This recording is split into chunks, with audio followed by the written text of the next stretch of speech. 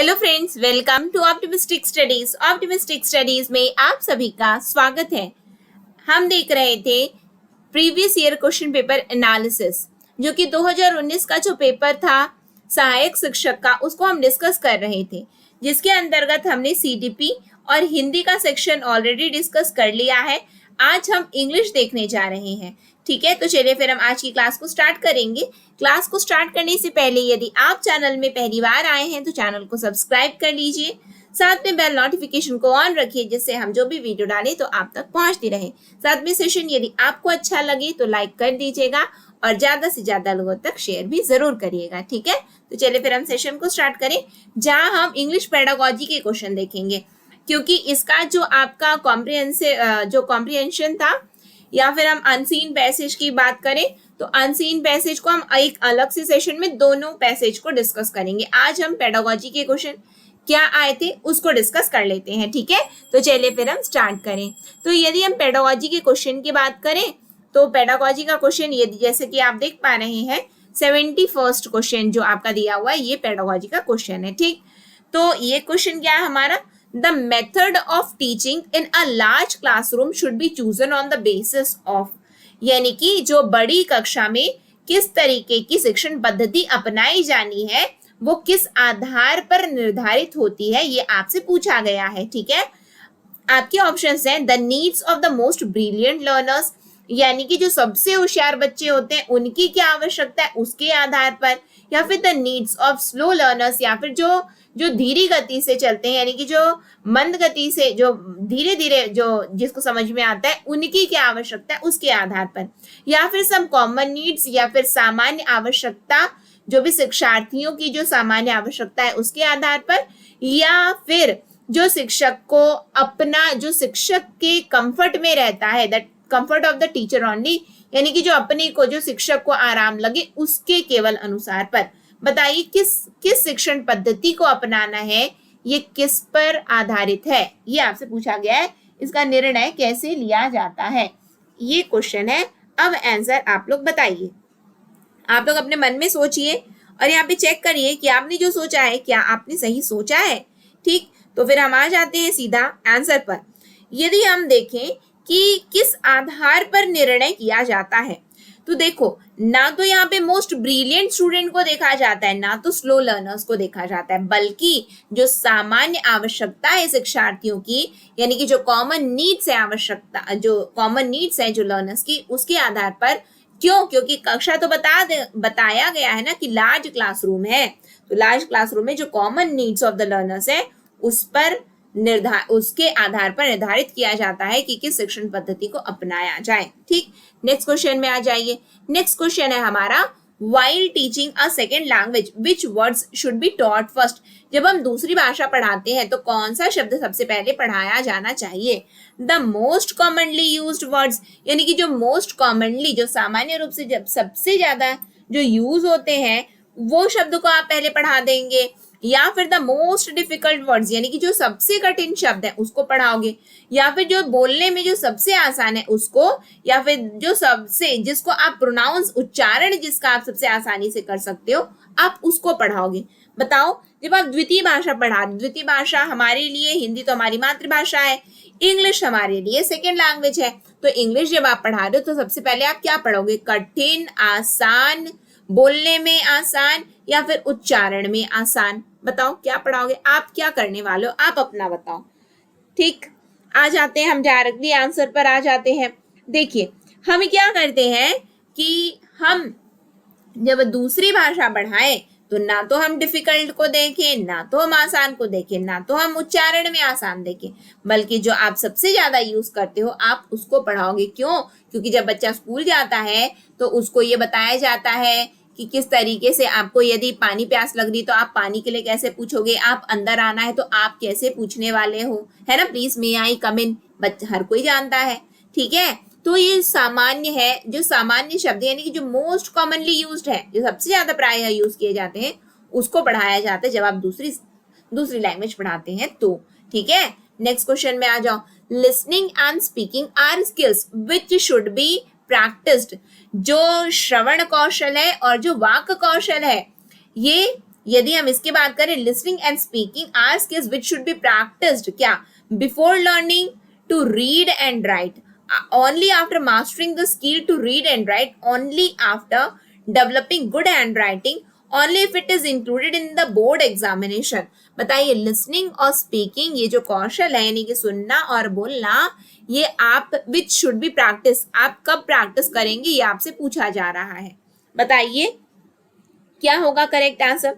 आइए देख लेते हैं। देखिए, एक जो सामान्यता जो देखा गया है वो ये देखा गया है, जो वेग स्टेटमेंट होती है वो अक्सर गलत होती है। वेग स्टेटमेंट मतलब वो केवल केवल बोल दिया है, केवल कैसे हो सकता है ना। अधिकतर केस में ये गलत होती है, ऐसा नहीं है कि हमेशा गलत होती है, अधिकतर गलत होती है। तो ओनली ओनली है तो कट गया, तो बचा क्या, ए वाला बच गया। तो यही आंसर है, before learning to read and write, यानी कि रीड यानी कि पढ़ने और लिखने से पहले हमें सुनना और बोलना आना चाहिए। क्यों, क्योंकि LSRW क्या है, LSRW हमारी हमसे पूछा गया लिसनिंग और स्पीकिंग, ये कब प्रैक्टिस करना है, तो before learning to read and write, यानी कि रीड और राइट से पहले लिसनिंग और स्पीकिंग आना चाहिए। तो ये यदि आपको ये याद है तो आप बिल्कुल आंसर बता सकेंगे। ठीक, फिर क्या है, the best way to learn a language is to, सबसे अच्छा तरीका क्या है किसी भाषा को पढ़ने का, लर्न इट्स स्पेलिंग सिस्टम, उसकी स्पेलिंग को पढ़ डालिए। फिर practice communication in the language, आप बोलिए, भाषा को बोलिए। फिर प्रैक्टिस गुड हैंड राइटिंग, अच्छा लिखो। फिर बोला गया learn the sounds in a language, यानी कि जो बोला जाता है, जो शब्द, जो ध्वनि है भाषा की, आप उसको पहले सीख जाओ। बताओ, आप किसी भाषा को आप सीखना चाहते हो तो कैसे आप सीखोगे, ये आपसे पूछा गया है, ये प्रश्न है आपका। बताओ आप क्या करने वाले हो। बोला जाता है इंग्लिश बोलना है, हाँ बोलना तो है, तो इंग्लिश यदि सीखनी है तो पहले बोलना सीखो, यानी कि कम्युनिकेट करो, इंग्लिश में बात करो। नहीं आता तो भी बोलो, गलत बोल रहे हो कोई दिक्कत नहीं, बोलो, यानी कि practice communication in the language. जब आप बोलने लग जाओगे तो आप यानी कि आप सीख गए, तो बस आपको सीखना ही तो था। तो आप ऑप्शन नंबर बी करेक्ट है। ठीक, नेक्स्ट क्वेश्चन में आओ। नेक्स्ट क्वेश्चन है आपका, while teaching a second language a teacher should use, जब दूसरी भाषा पढ़ाई जाए तो एक शिक्षक को प्रयोग में लाना चाहिए क्या, ओनली द टेक्स्ट बुक, यानी कि केवल पुस्तकें, या फिर केवल मल्टीमीडिया, या फिर केवल चार्ट और मॉडल, या फिर द मोस्ट सुटेबल रिसोर्सेस, यानी कि सबसे प्रयुक्त, यानी कि सबसे वहां पे जो सुटेबल जो संसाधन है उसको। बताओ आप क्या करोगे, आप जब पढ़ा रहे हो तो सेकेंड लैंग्वेज जब आप पढ़ा रहे हो तो आप क्या करने वाले हो। तो जैसा कि मैंने बताया कि ओनली वाला जो होता है वो अक्सर गलत माना जाता है, अक्सर गलत ही होता है, वेग स्टेटमेंट नहीं होती है। केवल वाली स्टेटमेंट कैसे हो सकती है, केवल तो बात होती नहीं है ना, उसके अलावा भी और चीजें भी होती हैं। तो द मोस्ट सुटेबल रिसोर्स, यानी कि जो सबसे प्रयुक्त जो संसाधन है, जो भी सबसे सुटेबल है उस समय, उसको आप प्रयोग कर लो। ठीक है, नेक्स्ट में आ जाओ। While testing paragraph writing, the teacher should ask the students to write their own thoughts, copy a paragraph from their textbook, write only what is dictated, write only what is learned by heart। again only आ गया, तो only को क्या करोगे, only को काट दोगे आप लोग। ठीक है, अब देखो दो तो कट गया ना, दो में अब बचे हैं, यानी कि while testing paragraph writing the teacher should ask the students to, यानी कि पैराग्राफ लिखना आता है या नहीं आता है, तो टीचर को ये देखना है कि बच्चे अपनी भाषा में लिख पा रहे हैं या नहीं, राइट देयर ओन थॉट्स, अपने विचारों को लिख पा रहे हैं या नहीं, या फिर copy a paragraph from a text book, यानी कि टेक्स्ट बुक से क्या करो, पैराग्राफ को छपा यानी कि कॉपी कर लो। ठीक है, तो वो करना एक टीचर ऐसा बोलेंगे क्या, नहीं बोलेंगे, तो बिल्कुल काटो ना। तो टीचर बोलेंगे, टीचर ये देखना चाहते हैं कि आप अपने विचारों को लिख पाते हो या नहीं, बात खत्म। तो राइट देयर ओन थॉट्स। ठीक है, if second language learners make language errors it means, यानी कि जो भी लैंग्वेज एरर्स, जब आप सेकेंड लैंग्वेज पढ़ रहे हो और language learner second language learners यदि लैंग्वेज एरर करते हैं तो इसका मतलब क्या है, they are learning to use the language, यानी कि वो पढ़ रहे हैं कि कैसे भाषा को यूज करना है। अच्छा, they can not learn the language, यानी कि वो लैंग्वेज को पढ़ नहीं सकते हैं। फिर they should first unlearn the first language, यानी कि जो तुमको पहले जो तुम भाषा जानते हो ना, पहले उसको भूल जाओ और उसके बाद दूसरी भाषा को। ये तो बिल्कुल काट ही दो, पढ़ते ही साथ इसको काट दो, ऐसा कुछ नहीं होता है। ठीक है, फिर the second language should be change, ऐसा करो कि दूसरी भाषा जो पढ़ रहे हो ना उसको ही बदल डालो। मतलब कि ये सब स्टेटमेंट तो आप पढ़ते ही सीधा सीधा सीधा काट दोगे, ठीक। 2 में आया, फिर उसके बाद में क्या है, if second language learners make language error it means, यदि आप गलती करते हो, इसका क्या मतलब है, इसका मतलब आप गलती कर रहे हो यानी कि आप यूज कर रहे हो ना आप उसको। They are learning to use the language, English बोलना है, हाँ बोलना है, तो पहला इंग्लिश सीखना है, हाँ सीखना है, तो बोलना स्टार्ट करो। लेकिन आता तो नहीं, गलत हो जाता है, कोई बात नहीं, गलती होती है तो भी बोलो।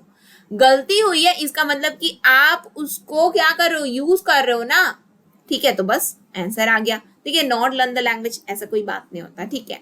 नेक्स्ट में आओ, फिर है one can learn speaking in the second language only after, कि कोई भी one can learn speaking in the second language only after, आप केवल तभी दूसरी भाषा को बोल सकोगे, कब केवल learning all the words in the language. आप ऐसा करो, डिक्शनरी के जितने वर्ड है ना सबको पढ़ डालो। ऐसा होता है क्या, बताओ, ऐसा होता है क्या? डिक्शनरी का कौन है जो कि पूरे डिक्शनरी को छप्पा मार दिया अपने दिमाग में? नहीं होता ना। लर्निंग ऑल द वर्ड्स नहीं हो सकता। फिर learning all the grammar rules in the language, grammar गलती करोगे चाहे जितना भी पढ़ लो, ग्रामर आनी चाहिए लेकिन गलती तो करोगे ही, ठीक है। फिर लर्निंग टू राइट वाला क्या होता है, यानी कि लिखोगे तो बोल पाओगे, ऐसा कोई बात नहीं। लिखोगे तो बहुत सारे लोगों को नहीं लिखना आता, ठीक है। यदि हम विदेशों में जाएं तो बच्चे जो होते हैं वो नहीं जानते हैं, अभी क्या नहीं जानते हैं चीजों को, वो अभी लिखना नहीं जानते लेकिन तो भी इंग्लिश में बोलते हैं। और हमारे यहाँ भी जैसे कि बच्चे लोग हैं, प्लीज मे आई कम इन, छोटा बच्चा है, प्लीज मे आई कम इन, अभी वो लिखना नहीं जानता please may I come in, but still वो बोल सकता है, ठीक है। तो लिसनिंग टू द लैंग्वेज आप कब बोल पाओगे, जब आप सुनोगे, क्यों? क्योंकि छोटे बच्चे को यदि बच्चा KG1 में गया, उसकी टीचर ने उसको सिखाया प्लीज मे आई कम इन, तो बच्चा भी बोलेगा प्लीज मे आई कम इन, यानी कि वो बोला कब, जब वो सुना, ठीक है। तो ऑप्शन नंबर डी बिल्कुल करेक्ट है यहाँ पे। Next question, remedial teaching is done कब? After taking a test. Remedial teaching जो होती है वो कैसे करवाई जाती है, जब आप टेस्ट ले लो तब, या फिर just before taking a test, यानी कि टेस्ट लेने के ठीक पहले, या फिर just before admission in a new school, यानी कि नए स्कूल में एडमिशन से ठीक पहले, या फिर as a part of the test, यानी कि टेस्ट के एक भाग के रूप में। तो रेमीडियल टीचिंग पहली बात क्या होती है, रेमीडियल टीचिंग होती है कि बच्चे में क्या क्या दोष पाए गए, मतलब या तो बच्चा ठीक से याद नहीं कर पा रहा है, या तो बच्चा लिख नहीं पा रहा है, मतलब कि उसमें क्या क्या आपको क्या दिक्कत परेशानी समस्या है, तो उसी की तो रेमेडी दोगे ना।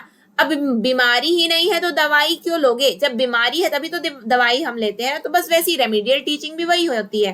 टेस्ट ले लो उसके बाद, अब टेस्ट के पहले ही आप रेमीडियल टीचिंग कैसे कर सकते हो, एडमिशन के समय कैसे कर सकते हो, टेस्ट जब चल रहा है तभी नहीं होती, उसके बाद में होती है, ठीक है। नेक्स्ट में आ जाओ, the role of grammar is important. जो ग्रामर है वो इंपॉर्टेंट है कब, ओनली फॉर वर्बल कम्युनिकेशन, या फिर ओनली फॉर रिटर्न कम्युनिकेशन, या फिर बोथ वर्बल और रिटर्न, या फिर नाइदर वर्बल नॉर रिटर्न। बताओ ग्रामर कब कब इंपॉर्टेंट होता है, ये आपसे पूछा जा रहा है। देखो वर्ब जब आप बोलो तब भी, जब आप लिखो तब भी, तो जब आप बोलो और लिखो तो जब दोनों में ही है तो ऑप्शन नंबर सी आपका करेक्ट होगा। तो ये हमने तो आंसर तो देख लिया कि ये थे, लेकिन आपको यहाँ पे समझना है कि किस तरीके से ये क्वेश्चन, अधिकतर क्वेश्चन कहाँ से फ्रेम हुए, अधिकतर क्वेश्चन तो LSRW है, ठीक है, LSRW। लेकिन ऐसा है क्या कि केवल LSRW है? नहीं, जो स्किल है आपका है, लेकिन रेमीडियल टीचिंग भी आई है, फिर उसके बाद में कहाँ कहाँ पे लैंग्वेज है, सेकेंड लैंग्वेज, ये सभी चीजें आई हैं। तो आप अपने सिलेबस के अकॉर्डिंग पढ़ो, और सिलेबस के अकॉर्डिंग यदि आप पढ़ते हो तो डेफिनेटली आपसे क्वेश्चन बनेंगे। और हमने कंप्लीट भी किया है इंग्लिश पेडागोजी, ठीक है। तो आशा है कि आप लोगों से सभी से ही क्वेश्चन बने होंगे, ठीक। इसी के साथ में आज की सेशन को हम एंड करते हैं। नेक्स्ट सेशन में फिर हम मिलेंगे। नेक्स्ट सेशन में हम इसका कॉम्प्रिहेंशन पार्ट देखेंगे, यानी कि अनसीन पैसेज देखेंगे, और मैं आप लोग को बताऊंगी कि अनसीन पैसेज को हम बहुत ही आसान तरीके से कैसे सॉल्व कर सकते हैं, ठीक है। इसी के साथ में हम आज की क्लास को एंड करते हैं। नेक्स्ट सेशन में फिर हम मिलेंगे। नेक्स्ट सेशन तक के लिए optimistic learning. Thank you for the session. जय हिंद, जय भारत।